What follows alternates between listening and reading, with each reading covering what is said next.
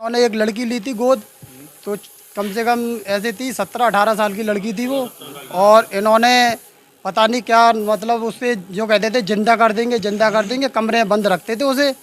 तो वो एक्सपायर हो गई थी, पता नहीं क्या नशे वशे में रखते थे उसे, क्या पता नहीं। ये करते थे आप ही निराकार आप ही साकार के ये लगाते थे, तो संदेश लगाते थे। वो लड़की ख़त्म हो गई थी। फिर उसके बाद में मल्ले के चौतरा ले गए थे, तो वहाँ पे भी इन्होंने यही किया था।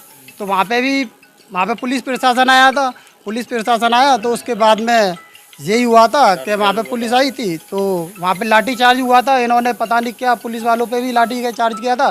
पुलिस वालों पे जब काबू नहीं हुआ तो उन्होंने और प्रशासन बुलाया था, फिर उन्होंने लाठी चार्ज किया इनके ऊपर। जैसा कि आपने बताया पुलिस प्रशासन आया था, इन्होंने अपनी खुद की भी पुलिस बना रखी है। हाँ, इन्होंने खुद की भी पुलिस बना रखी है, वाइट ड्रेस पहन के आती है और उन पे वो लगे होते हैं डंडे वंडे सब।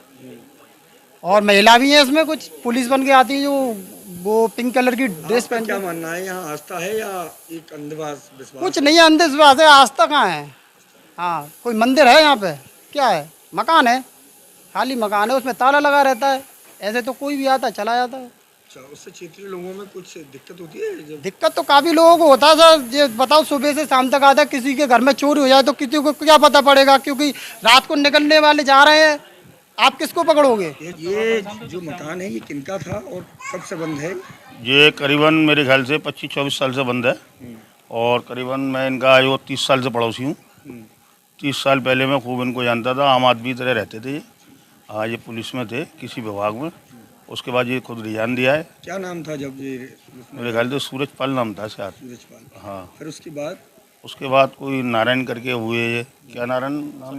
सत्यनारायण। उसके बाद साकार बिसरी इस नाम से मशहूर होने लगे। साल से बंद है और क्या वक्त लोग आते हैं? हाँ, यहाँ करीबन पौने 3-4:30 बजे से भीड़ शुरू हो जाती है। झाड़ू पोंछा लगता है यहाँ पर।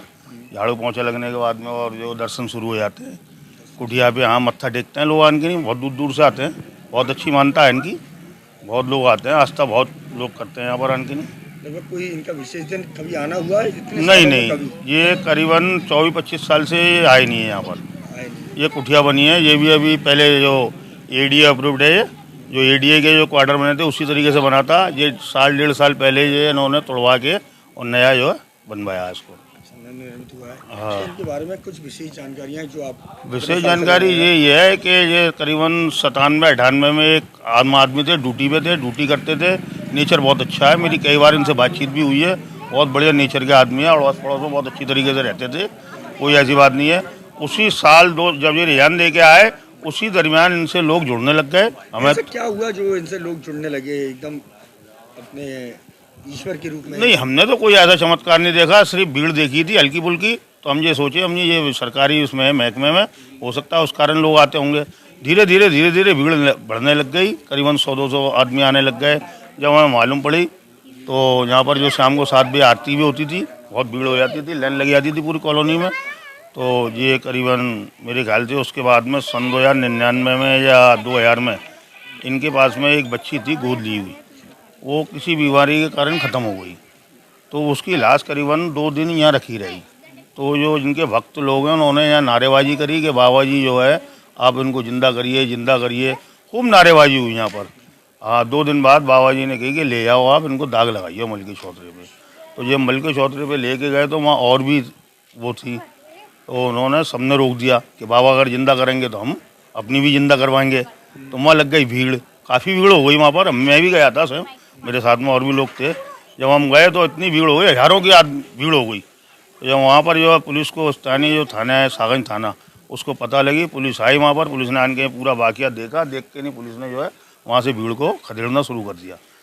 पुलिस को जो है लाश को ले गई उठा के पोस्टमार्टम के लिए। बाबा जी को जो है गिरफ्तार करके थाने ले गए। और जो माता जी थी, माता जी को पुलिस यहाँ पर आई। अब ये नहीं मालूम माता जी को ले गए या नहीं ले गए। माता जी को लेडीज़ पुलिस आई थी लाने के लिए, जो ओजब से जो बाबा जी यहाँ आई नहीं है। तो इस मामले में कोई मुकदमा भी पंजीकृत हुआ? मेरे ख्याल से हुआ है, शायद कुछ ना कुछ हुआ बाबा जी के खिलाफ। क्या जेल गए थे? जेल तो नहीं गए थे, शायद थाने से ही जमानत हो गई थी उनकी। जैसा कि बताते हैं कि इनका नाम सूरजपाल है और एक उत्तर प्रदेश पुलिस में सिपाही के रूप में कार्यरत थे।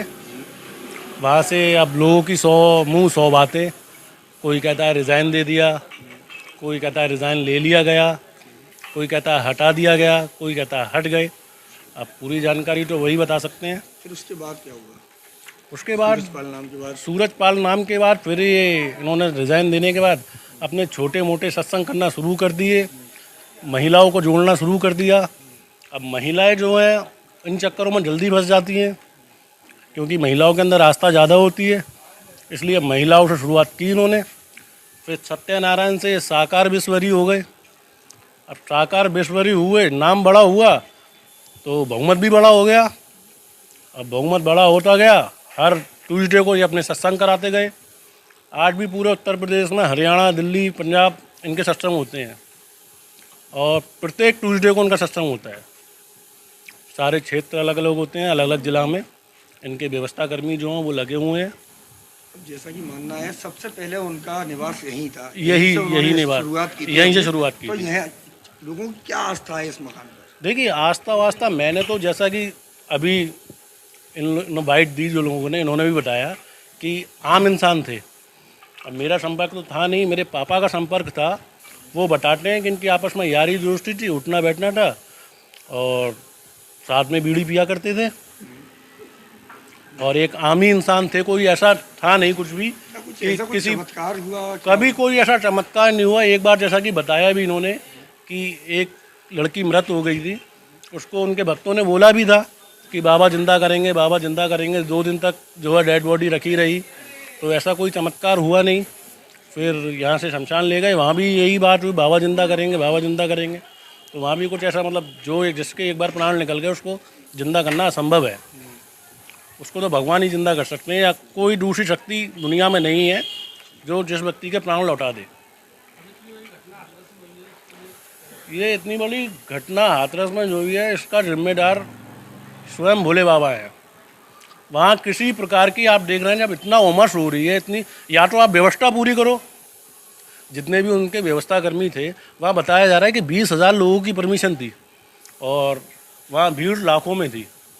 और जिस प्रकार बता रहे हैं कि वहाँ कोई पानी की व्यवस्था नहीं थी, कोई पंखे कूलर नहीं थे और एग्ज़िट और एंटर गेट दोनों अलग अलग होने चाहिए। जबकि वहाँ देख रहे हैं, वीडियो में देखा मैंने भी कि जो एंट्री और एग्ज़िट 10-10, 15-15 फुट के गेट थे। वो इस पूरे प्रकरण में किसकी लापरवाही दिखाई जाती है? अब देखिए इस पूरे प्रकरण में लापरवाही जो व्यवस्था कर्मियों की है, क्योंकि हमारे भोले बाबा तो मंच पर बैठे हुए थे, एसी पंखे चल रहे थे, पंखा चलाने वाली चल रही थी, पानी देने वाले लग रहे थे। वहाँ पूरे आप भी वाइट लेके आए होंगे, वहाँ आपको कुछ ऐसी व्यवस्था दिखी या ठंडे पानी के कैंपर रखे हों, वाटर कूलर लगे हों या पंखे चल रहे हों, कूलर चल रहे हों? ऐसा कुछ नहीं था। क्या जैसा कि दूर दराज से लोग आते हैं, क्या क्षेत्रीय लोगों की भी आस्था है कोई क्षेत्रीय लोगों की आस्था नहीं है। क्षेत्रीय लोग परेशान है। ये हमारे आदि जी का मकान है, ये इतने परेशान है कि बेचारे मोमडन आदमी बोल नहीं पाते हैं, इतने परेशान है, इसका कोई जवाब ही नहीं है। और अन्य जो घर मकान है किसी की आस्था अलग? किसी की कोई आस्था नहीं है। बल्कि मैं तो बता रहा हूँ, यहाँ सुबह 3:30 बजे से भक्त आना शुरू हो जाते हैं और 2:30 से 3 बजे के बीच में चोरियाँ होती हैं। आप कैसे आइडेंटिफाई करोगे आपकी ये चोर है कि ये भोले बाबा का भक्त है? पकड़ भी लोगे तो आप कह देंगे हम तो भैया कई बार हो चुका है, दर्शन करने आए हैं। कई बार हो चुका है। गाड़ियाँ लगाई जाते हैं दरवाजों पे। अभी तो आप यहाँ से अगर 5-7 साल पहले पीछे जाओगे तो ये पूरा बाजार बना हुआ था। कोई कपड़े बेच रहा है, कोई ब्रश बेच रहा है, कोई सिंदूर बेच रहा है, कोई चड्डी बेच रहा है, कोई टी शर्ट बेच रहा है। पूरा मतलब इतना मतलब विरोध करने के बाद जब इस बाज़ार को रामनगर पुलिया पहुँचाया गया, जब रामनगर पुलिया ये बाज़ार पहुँच गया तो वहाँ VIP प्रोटोकॉल में दिक्कत होने लगी। फिर वहाँ से उठा के उस बाज़ार को भेज दिया अवधपुरी। मतलब जो मेला लगता था वो इनके दरबार के मारे ही इनके दरबार के माध्यम से ही लगता था। क्षेत्रीय लोगों को परेशानी? क्षेत्रीय लोग मतलब मानना है क्षेत्रीय लोगों का बिल्कुल नहीं। देखिए अगर आप किसी संस्था को चला रहे हैं, हमारा उद्देश्य नहीं, क्षेत्रीय लोगों की आस्था बिल्कुल बिल्कुल भी नहीं है, बिल्कुल भी नहीं।